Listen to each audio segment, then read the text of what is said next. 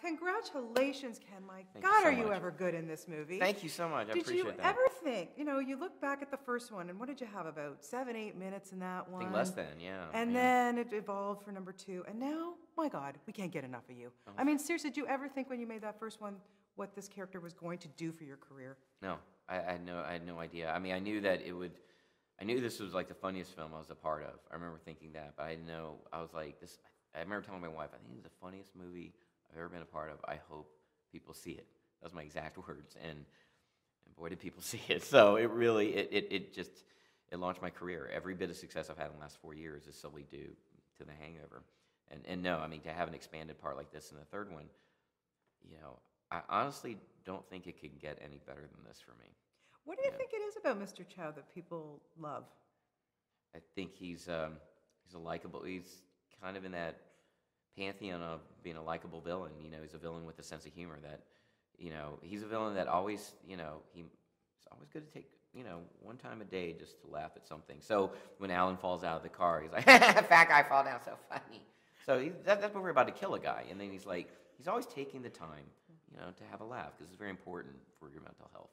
Yeah, exactly. Very important. I Very agree. important, I agree, Ken. Yeah. Is there anything, whenever you get a script from Todd Phillips and you read it through, is there anything other than laughing your head off, like go, okay, really? Like, really? We're going to do that? No, because I have this, I think deep down I have this love of mayhem and chaos, just like Todd does. I think that's the one shared, trait that we both have. Like, we both don't mind going there, just in terms of comedy. And his sensibilities, I really respond to. And no, I really, I love that Chow's the devil. Chow's basically the devil. I mean, the Wolfpack does a deal with the devil. I mean, that's kind of the whole metaphor of the 3 movies. And for them to move on with their lives, they have to dance with this guy, one more time. And, just when you think the devil's gone, think again, that kind of vibe.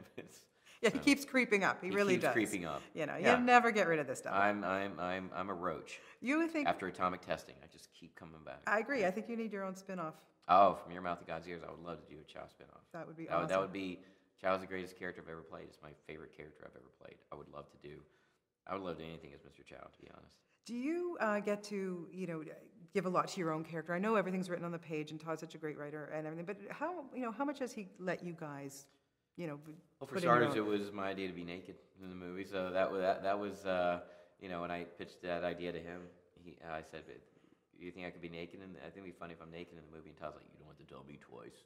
That's his voice. He's like, "You don't have to tell me twice." And literally within a half an hour, I had to sign a nudity waiver just in case I wouldn't change my mind. He was just nervous I would change my mind, which I didn't.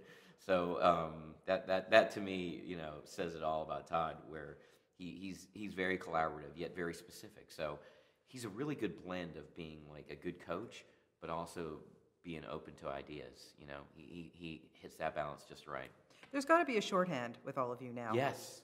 That's what I love about it. This is why these guys are my favorite people to work with, because they're all just really egoless and very easy to work with and very collaborative. And we have a shorthand.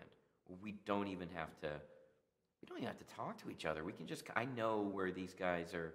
I have a sense, at least, of where these guys are going to go during a scene. No one has to spell that out for me. And that's what I'm going to really miss about the Hangover franchise for me, is missing that kind of amazing work environment. It really is my favorite people I've ever worked with. You work with so many funny people, whether it's this, whether it's Community. I mean, what is your secret to keeping a straight face? How do you not break into laughter? Lately, I haven't. I mean, I think when I first started, I was a bit more uptight. Like in the first Hangover, I never laughed at any, and I kept a straight face. And also, I didn't really know everybody as well. And then by the third movie, I'm maybe a little bit looser, where I'm laughing all the time, and basically anything that Zach Galifiankis does. And I mean, he's the funniest man alive to me. So there are times where he has that spell on me where he doesn't even have to do anything funny. I just laugh at him. I just laugh all the time, and it just it's bad. It's bad because the day goes by longer, so I have to really contain myself. So that's been the really challenge this time around, is just not laughing too much, because I'm just having so much fun. And part of me is, I'm probably laughing so much because I can't believe we're doing this. It's just like kind of this exuberant joy. Yeah, I can just imagine. I'm subconsciously expressing, Does anything scare you? Did anything scare you in making I have a fear of heights. I have a big fear of heights. So you've seen with a couple of the set pieces that I did there.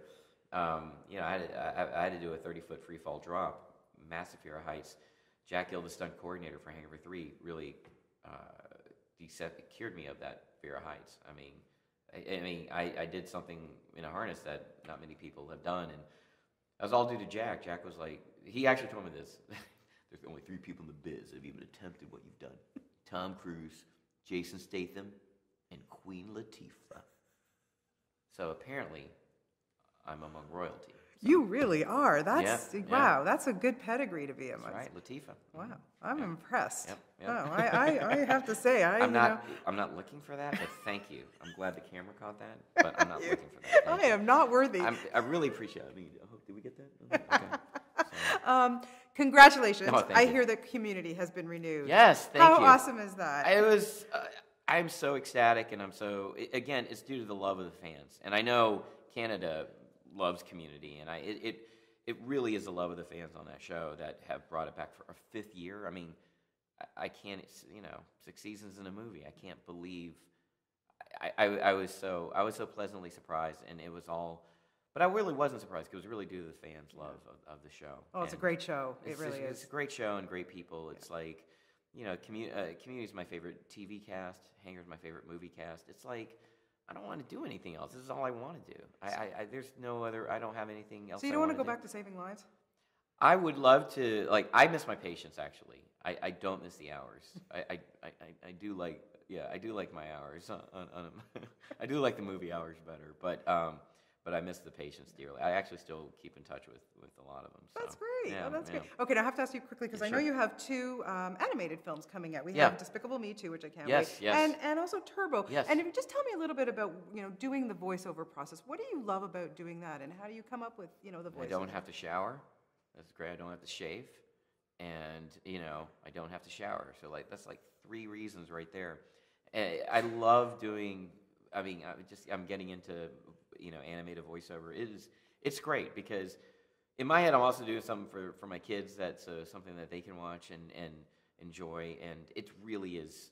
And I actually love the process. It's very meticulous. It's very you really have to enunciate and get all your syllables down. It's a very exacting. It's an exacting field to do. It's in many ways is very difficult. Where you really have to get every cadence down just right, or it's not working. So. It's fun. It's a lot of fun to do. I love it. Well, it's a lot of fun to to talk to you and to see you and everything. So much. Keep up the great work, and we can't wait to have you in our hometown on Wednesday. I can't wait to be there. Good can't stuff. Wait to go to Toronto. You're fantastic, Ken. Always love talking to you. Thank you so much.